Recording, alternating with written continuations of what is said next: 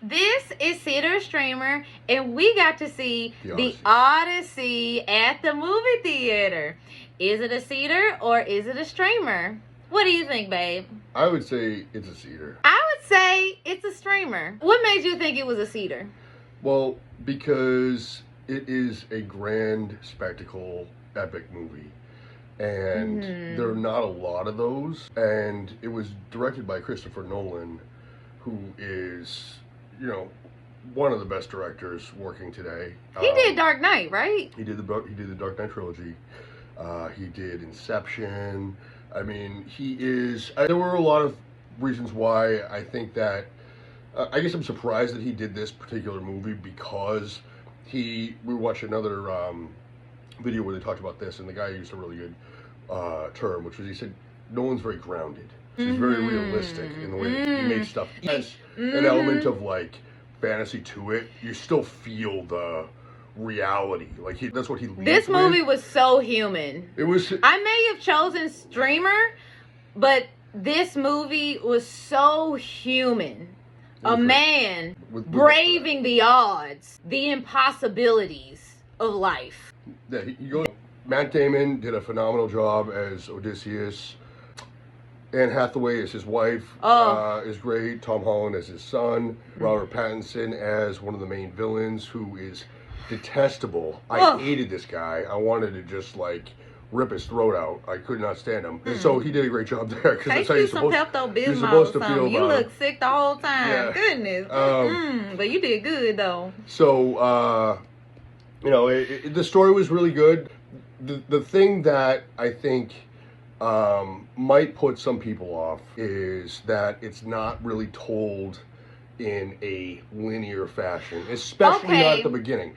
And as a result of that, if you're not familiar with the Odyssey in depth somewhat, you could get lost pretty easily. And I could see why. Well, I will tell you one thing. Now, I've heard of the Odyssey. Has been introduced to it in early education. Can't remember reading it, though. Didn't even know what I was getting into. So I said, you know what? Since this is a very well-known epic, let me make sure I come in knowing a few things. Because I know at least 90% of the audience is going to know what this story is. Yes. I did what I knew to do, which is look at me like a little short blurb. Thank you, Beyond Simple Stories. You came through on YouTube because that got me even more excited for going to see the Odyssey. The adventure, the sirens, the gods. Oh my gosh. Cool monsters. When I thought about going to see this movie, I was like, whoa, it's gonna be fantastically, mythically, magically wondrous. I'm so on for this adventure. But when I go in, I'm thinking we would get a gradual intro into the story. Now, y'all jump in. Nolan ain't wasting no time. You are jumping into the story as if you were reading the book on page 55. Not only that, but it jumps from, like, one point to another, which is not how the original story was told. Like, I could see why people would be put off by that. That's why it's a streamer for me. It didn't bother me too much because I was waiting for things to sort of be revealed. I somewhat knew the history of the Odyssey just from, I think, like, freshman year of high school. We had to read it. And I think I had the Cliff Notes, to be honest with you. But, which I kind of regret. Cliff Notes are incredible. Do your homework. But for being a spectacle, big budget movie, this one checks all the boxes. You got your monsters, you got your A-list stars, you got phenomenal landscapes, you've got top-notch direction, you've got an incredibly powerful score. It was beautifully done. Yeah. It was the Odyssey, not the Odyssey, the epic. It was the epic of the man. They really treated They focused on the human aspect, the human challenge. It's a character study it's a character study first, and an adventure story second. And I mean, just when you were saying, like, when you jumping from place to place, what's the lady's name who played Calypso? Charlize Theron. Theron, when you see her, you're going to see her very early. And if you really don't know who the characters She's like are... at the end of the story. Yeah. the actual story. She's at the end. Yes, and she's in the movie. beginning. So it's an overlap of everything. It's not told chronologically. And but Nolan, I can see why you did that, because this is a very detailed, packed story. Yeah, I'm sure they cut out a lot of stuff. And you know what? They had to. If for Nolan to be grounded, there can be so many areas, so many points in the story itself that you can make a movie out of. And he chose to focus on the man and everybody relying on that man. And I appreciate that. I appreciate how one man, and not only having to deal with his inner turmoil of returning home, but also continuing on in the journey, just continuing on, bringing his soldiers with him. All the while back home, they just waiting on the man to come. Almost kind of like the story of the prodigal son, except he the king. And so, like you said, babe, this is a great story that you can dive into the character. Though, from what I've been seeing on the internet, it don't seem like people got patience for that. So, yeah, I think people are looking. There's a lot of resentment.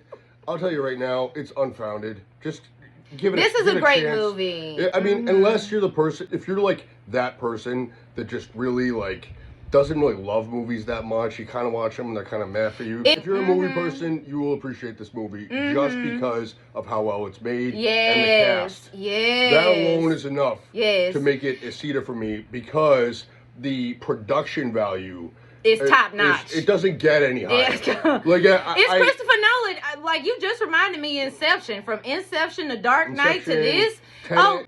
Consistent. Memento's his best one, by the way. Well, that is the best one. And that is on HBO. You guys got to check that out. If you have not seen Memento, as soon as you're done watching this movie, we'll put that on, because Guy Pearce is unreal in that movie, and you'll never forget it. First time you watch that movie, you'll never forget. He might forget, but you ain't. So anyway, that was a little bit of a spoiler, so it's in the description of the movie. We're not going to You'll know. Very enjoyable all the way around. I will say, for me, towards the end, it did start to drag a little bit, and that's the only reservation I have about it. But honestly, like, that's pretty minor. Compared to like the quality of the movie overall, itself. Exactly. Yeah, and every performer showed up. I was getting hungry too, so I'm sure that was part of it. But so yeah, what would you give it, baby, for a rating? I would give it a 6.5. Oh, okay, I would give it a 7.5. I would give it a 6.5. Honestly, I would say it's a SEATER, but I would like to hope that if it's a SEATER, then you would just go and to yourself, just go watch a little short overview do a little bit of it, prep work of the just a little bit. Just go to Beyond Simple Stories. It's 10 minutes, and watch that overview, and you'll have enough. That's enough, just for you to get into. Okay, when they jump in, I have some familiarity about where we starting and what these characters, what their purpose and what they did. Yeah. Now, if you did that, this is an absolute SEATER. Absolutely. Because, like you said, Christopher Nolan's work is exceptional. Yeah. It's one of Matt Damon's best performances. He played this role. He played really and done the deed. I mean, the role of a king. He did such a great job with it, because he is this phenomenal hero, great warrior, but he never leans into the bravado of it at all. He's always grounded and straightforward and earnest and vulnerable, and it really it adds another level of appreciation to the movie overall, because it goes deeper. I mean, one of the reasons why this story has held up so much over time is because of all the lessons that are in it. And I think they do a really good job of using the story and having him drive that narrative as a means of showcasing those lessons. And so, like, I enjoyed it very much. I'm sure I'll watch it again. Well, Eumaeus, John, you worked that role. You held it on as long as you could. And it shows. Tom Holland, you did an absolutely amazing job. Looking forward to seeing you in Spider-Man and what you got coming forward. Yeah. John Leguizamo, by the way, for, like, phenomenal performance by that guy. Had to mention him because he was way outside of what you normally see from him. Whew. And I mean, I like him personally. I think he's fun, yeah. But great performance from him. Just the cast, they elevated things so much. Yeah. That also is why I would say that this is a SEATER. There's not too many movies that come out like this. Really, there's maybe 1 or 2 a year. Y'all, if y'all didn't like Gladiator 2, this is the one. This is the one. Forget about Gladiator 2. Gladiator, like remember whenever that movie came out, there was like that was the movie that you saw, right? Like for that year or whatever. It was that like. I think there were maybe one other epic movie that wasn't as good. I think maybe Enemy at the Gates or something like that. So but I just do want to mention, y'all.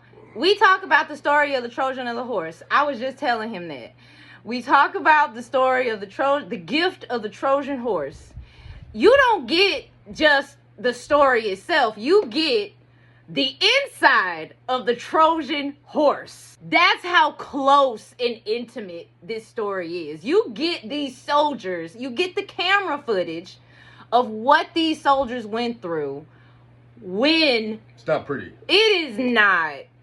It is devastating. It's rough.